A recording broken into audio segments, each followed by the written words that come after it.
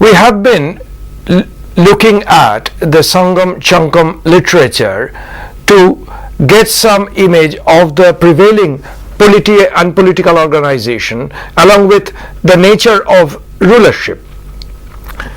We have already said that there were at least three levels of rulers. Of course, the most preeminent were the Ventar. The three preeminent powers, the Cholas, the Cheras and the Pandyas, usually called the three Muvar, and these three groups often would appear in the text as Muvendar, the three crowned kings. And we have already said that there has been already 138 poems in praise of the 43 Vendars. And we find that the Cholas were in the Kaveri Valley and Kaveri Delta, the Pandyas in Vaigai Valley and Vaigai Delta, and the Cheras in the western part of Tamil Nadu in the area of Karur on the Kaveri River in the western part of Tamil Nadu, and also associated with the coastal regions of Kerala. What is interesting, all the three preeminent political powers had at least each of them two major centers, one in the interior, the other in the coast. In the case of the Cholas, they had Urayur and in the interior, and Kaveri Pumpattinam, the very famous port town of the Cholas on the coastal area. Similarly, the Pandyas had their interior center at Madurai, and in the coastal area they had the prominent center of Korkai, and close to it also the well-known archaeological site of Alaganakulam. With the Cheras were associated the city of Karur in the inland, which is in the western part of Tamil Nadu, and then on the Kerala coast, the very famous port of Muchiris, celebrated in the Greek and Latin literature as the port of Muziris, and which is now also known from the excavation now being carried out at the city of Pattanam in Kerala. Now, this particular pattern of the three most prominent political preeminent political powers, it may not immediately suggest that there was already a well formalized monarchical pattern. We find in a poem by a Chola king poet, that is, who was both a king, a chief and also a poet, in his mouth is put this statement that only weak-minded ruler extracts Puravu or agrarian taxes from the Kuti or his subjects, and this act is condemned. In fact, the poem advocates the ruler should only accept voluntary contributions from his subjects or settlers. That means this is an image of an incipient state formation consisting of a class of producers and a non-producing appropriating class. Naturally, in these poems of political groups, the main theme is war, booty, collection of booty, cattle raids, and then the consumption of the non-regenerative resources by the ruling elites, the families and the bards who were patronized by these ruling groups. Slightly less important than this very preeminent three ruling groups are the village chiefs. They figure prominently in the Puram poems and appear as chiefs of the hill tribes. Their most important characteristics in the poems are their repeated cattle raids onto the plains.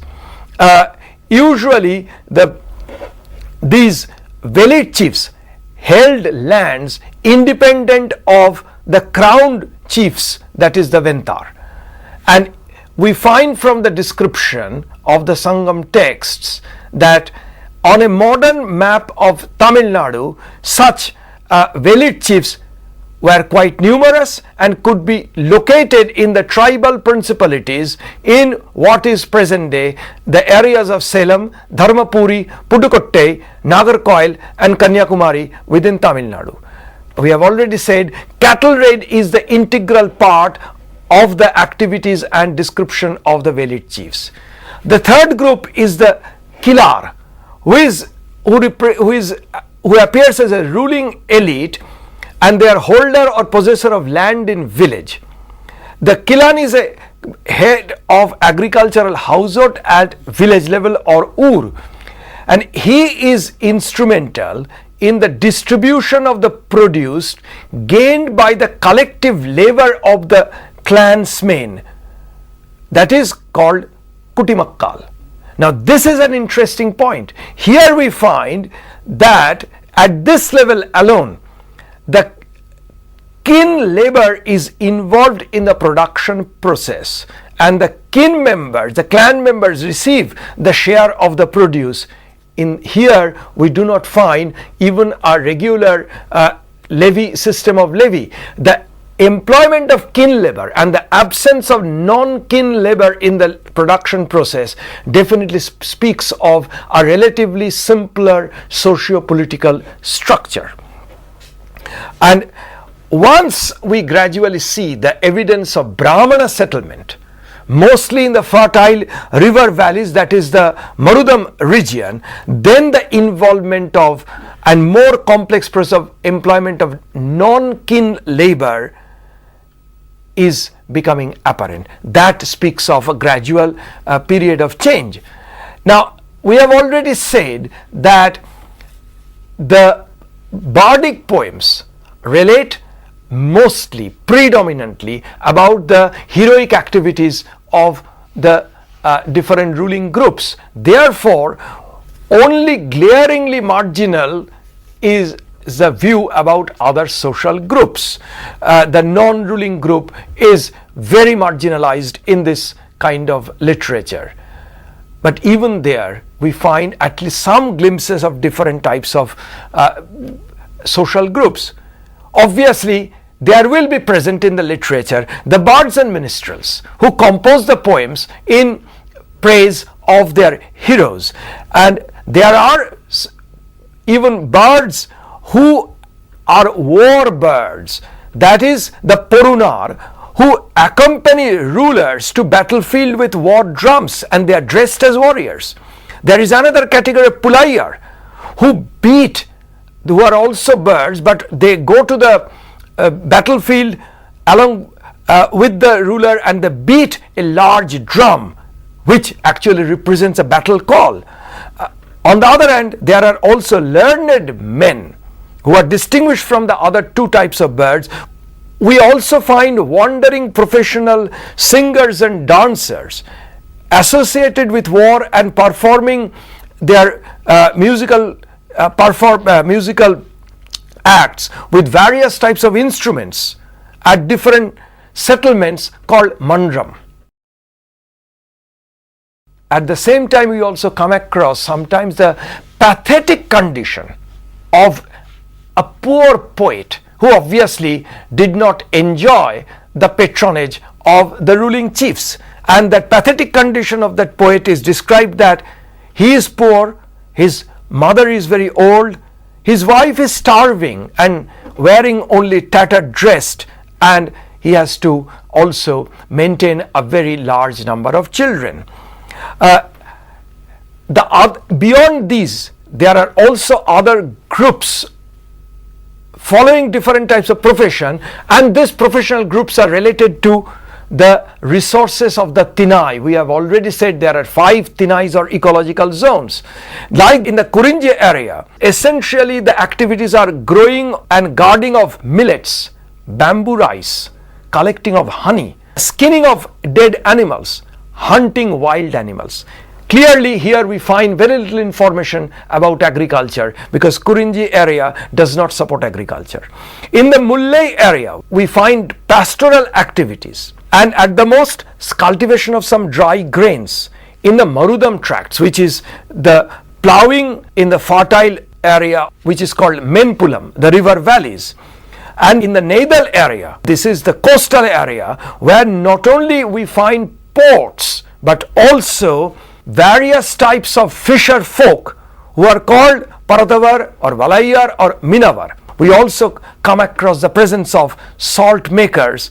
Interestingly, the Paratavar, who is associated with fishing, and also the salt maker, both are also found engaged in trade. This is an very interesting scenario, how the salt maker and the fisher folk are connected with exchange related activities. The regular merchant in the form of Banikar figures in the Paddinapalai and Madurai Kanchi, particularly in relation to two major cities, Puhar or Kaveripattinam on the coast, and Madurai, the very famous center of the Cholas in what is located in present Madurai area in Tamil Nadu. Along with that, we find in the markets of these large centers, both coastal and inland, vendors of flowers, fish, salt, cloth, gems and toddy.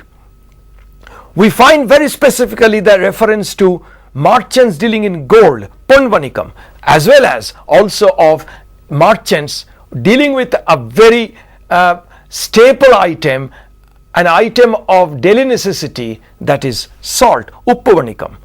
We also find how salt is exchanged for paddy. This is something of a relatively simpler bartering of system and indicating how different regions were interlocked.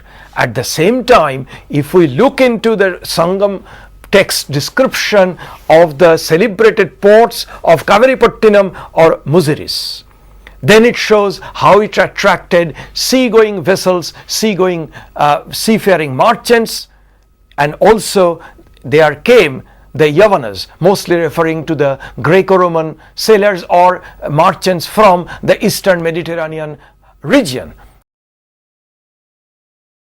What is appearing in the poems, particularly on long distance seaborne trade in the poems, are well attested to by the excavations in the coastal areas. There are two very important sites. One is Muziris, that is present day Pattanam area in Kerala, which has yielded not only contemporary pottery, also other manufactured items, but also artifacts of definite Mediterranean origin, including Roman pottery, Roman coins, gold coins.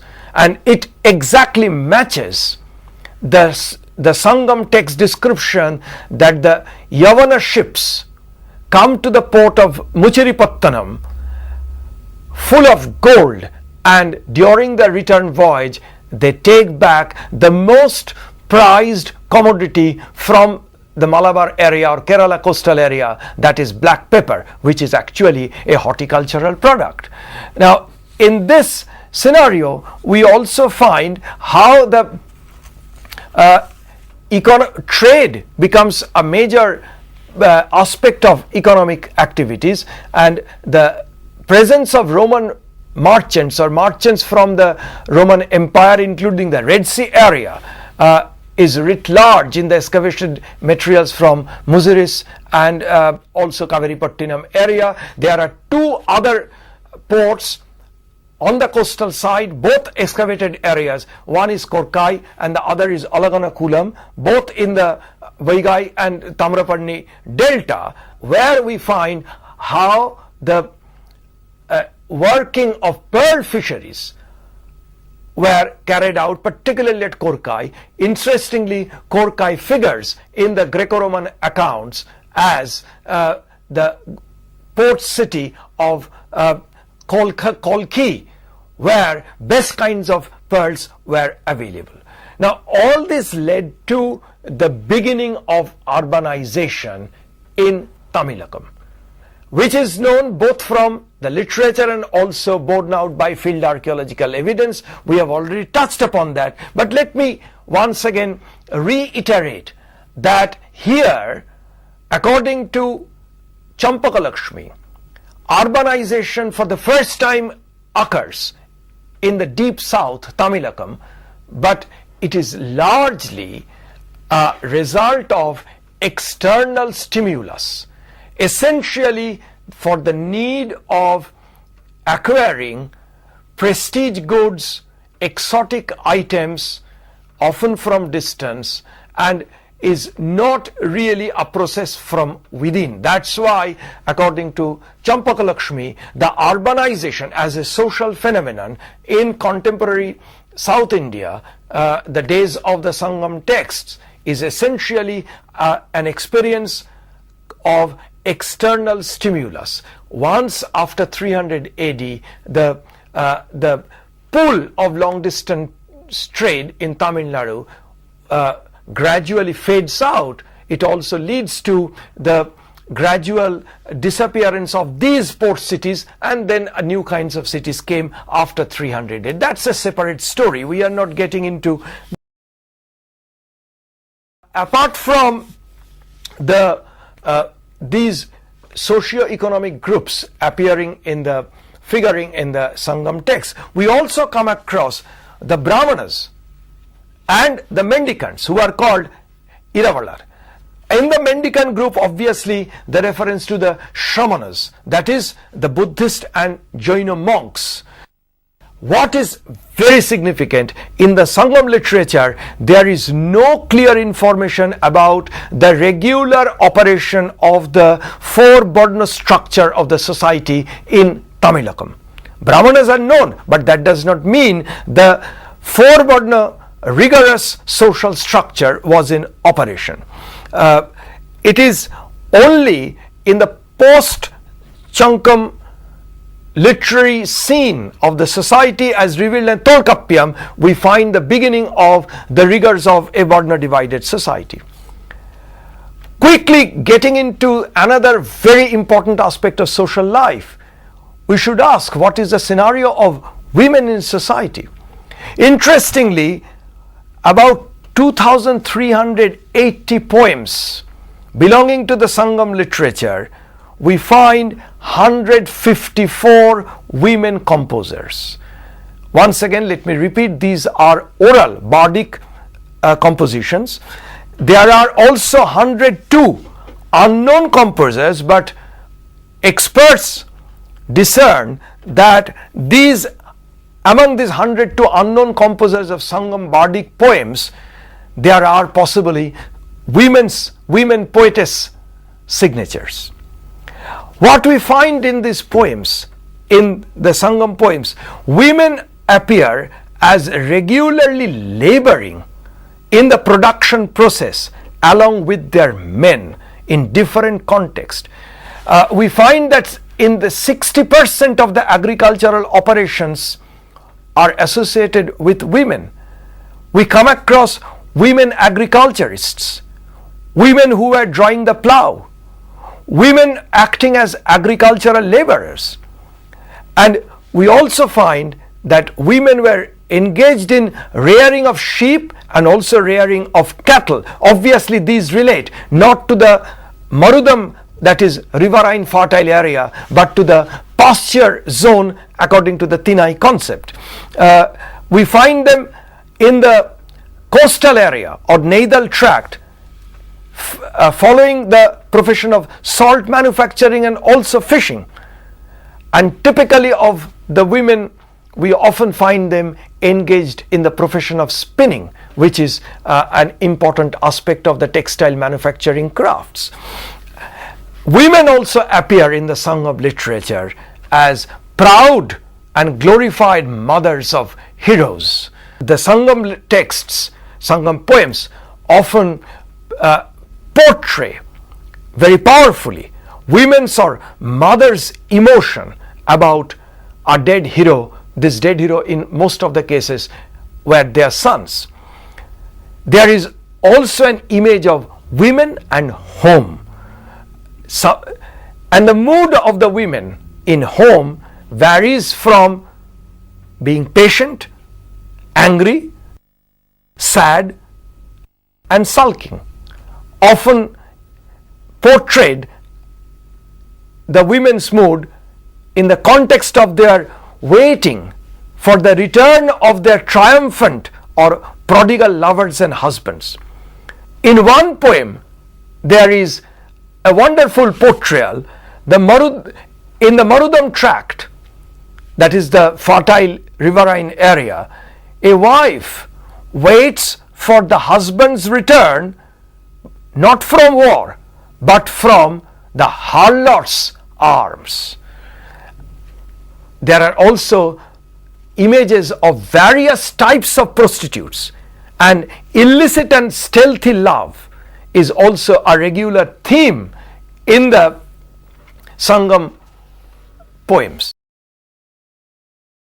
This period of Sangam literature, roughly being from 200 BC to 300 AD, is associated in archaeological contexts with what is called the megalithic burial culture.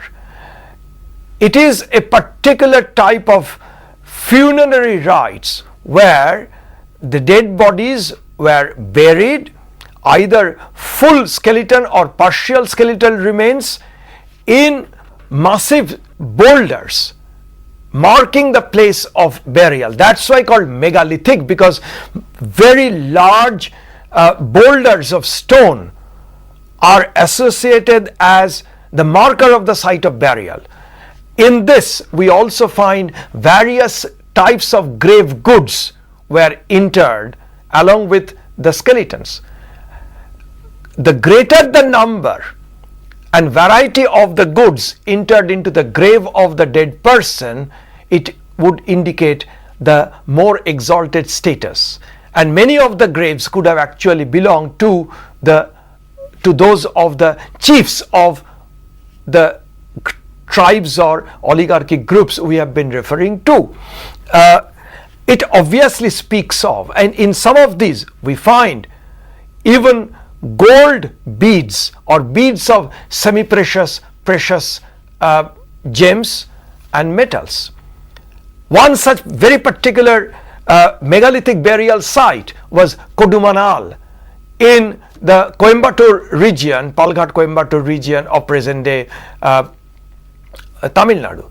This was originally a megalithic burial site. Later, it transforms into a very active and prosperous manufacturing center. Manufacturing of gems, semi-precious, precious gems, particularly beryl, which is available from the nearby mountainous areas, and also many other potteries. This is how the site of Kodumanal transforms from a burial site into a manufacturing crafts production site.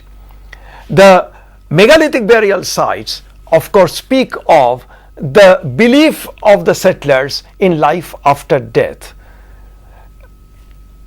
Interestingly, the Sangam texts also speak of a number of important deities worshipped by people in the Sangam, people of the Sangam days.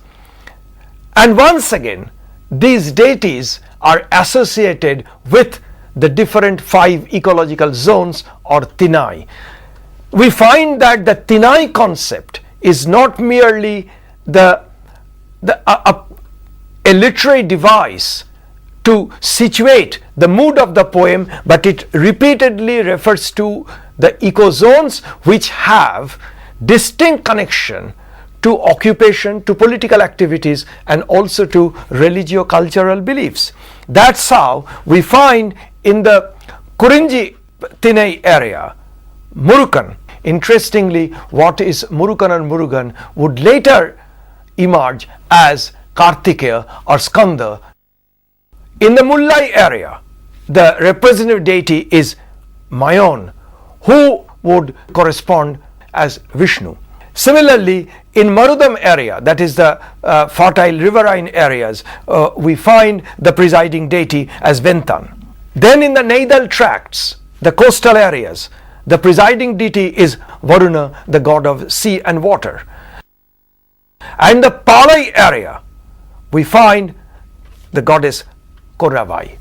So this is the world of belief systems, which is part and parcel of both of social and cultural life in the Sangam text. And we find how the Tinai concept, the understanding of the 5 ecozones, runs as a common thread, describing the mood of the poem, the activities of political leaders, the chieftains, the activities of occupational groups, and also the beliefs and belief systems of the people of Tamilakam in the 5 centuries that we try to cover here in the light of Sangam texts.